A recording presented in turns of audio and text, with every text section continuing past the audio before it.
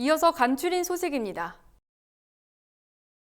행정안전부가 발표한 정부 조직 개편안에 따르면 여성가족부는 없어지고 청소년 가족, 양성평등, 권익 증진 기능은 보건복지부로 이관돼 보건복지부에 인구가족 양성평등본부가 신설됩니다.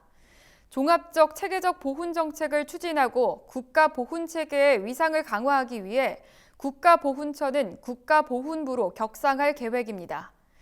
아울러 외교부의 재외동포 정책 기능을 이관하고 재외동포재단의 사업 기능을 통합해 외교부 장관 소속으로 재외동포청을 신설하기로 했습니다. 환경부는 국립야생동물질병관리원을 통해 경기 북부 접경 지역에 대한 ASF 바이러스 조사에 나섰다고 최근 밝혔습니다.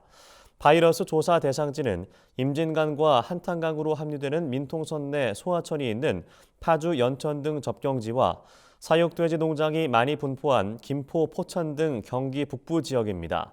야생동물질병관리원은 국방부 협조를 받아 6명의 조사원을 투입하고 39개 조사 지점에서 약 160개 이상의 시료를 채취해 바이러스 존재 여부를 분석할 예정입니다. 농촌진흥청이 국내 최초로 가상 치유농장 프로그램을 개발했습니다. 이 프로그램은 기존의 식물 가꾸기나 농장 체험 프로그램과 달리 수학 등 각종 활동을 통해 시각과 청각을 자극함으로써 치유와 교감 효과를 얻도록 구성했습니다. 프로그램은 10월 말부터 국립원예특작과학원 누리집에서 무료로 내려받아 사용할 수 있습니다. 한편 농진청은 메타버스 시스템과도 연계해 보급할 계획이라고 밝혔습니다.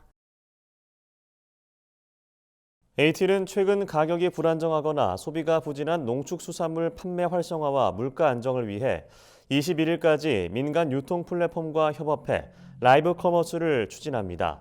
이번 행사는 평년 대비 가격 급상승 품목과 하락 품목을 중심으로 진행되며 11일에서 14일 고구마, 17일에서 21일 쌀, 돼지고기, 사과, 자두 등 다양한 품목의 방송이 진행될 예정입니다. 윤영배 AT 농수산식품거래본부장은 앞으로도 소비자들이 체감할 수 있는 물가 안정 대책 마련을 위해 힘쓰겠다고 말했습니다. 금융감독원이 가족 등 지인을 사칭한 메신저 피싱과 정부 지원 대출 채무 조정을 빙자한 보이스 피싱에 대해 소비자 경보를 최근 발령했습니다. 금감원은 가족 등을 사칭하며 개인정보 제공, 자금 이체 등을 요청하는 문자를 받은 경우 일단 거절하고 실제 가족, 지인 본인이 맞는지 직접 전화해 확인하라고 권고했습니다. 또 정부 지원 대출 등을 빙자한 문자 메시지를 받으면 메시지에 포함된 URL 주소를 클릭하지 말고 바로 삭제해야 하며 해당 발송 번호로 전화를 해서는 안 된다고 당부했습니다. 소나무 재선충병이 전국적으로 확산하는 가운데 경상북도의 피해가 심각한 것으로 나타났습니다. 앞서 경북도는 지난해 가을부터 올해 상반기까지 소나무 재선충병 피해 고사목 11만 그루를 포함한 방제 대상목 31만 그루를 제거했습니다. 이달부터 내년 3월까지 제거하는 피해 고사목은 올해보다 40% 증가할 것으로 전망됩니다. 이에 경북도는 올해 하반기에 포항, 경주, 안동, 구미, 고령 등 피해가 큰 5개 시군을 우선 방지하고 내년에는 다른 지역 고사목을 전량 제거할 방침이라고 밝혔습니다. 인천 강화군이 쌀값 폭락으로 씨름하는 농민들을 돕기 위해 강화섬 쌀 팔아주기 운동을 추진한다고 최근 밝혔습니다. 강화군은 공공기관과 관계기관, 기업체 등의 강화섬 쌀 구매를 유도하고 있습니다. 이에 인천시는 지난 7월 강화농협으로부터 시장격리 쌀 7,068톤을 사들였습니다. 이 밖에도 강화군은 인천시의 각 행사장에서 강화섬 쌀 구매를 호소하고 자매결연 도시에는 직거래 장터 판매 허용을 요청하고 있습니다.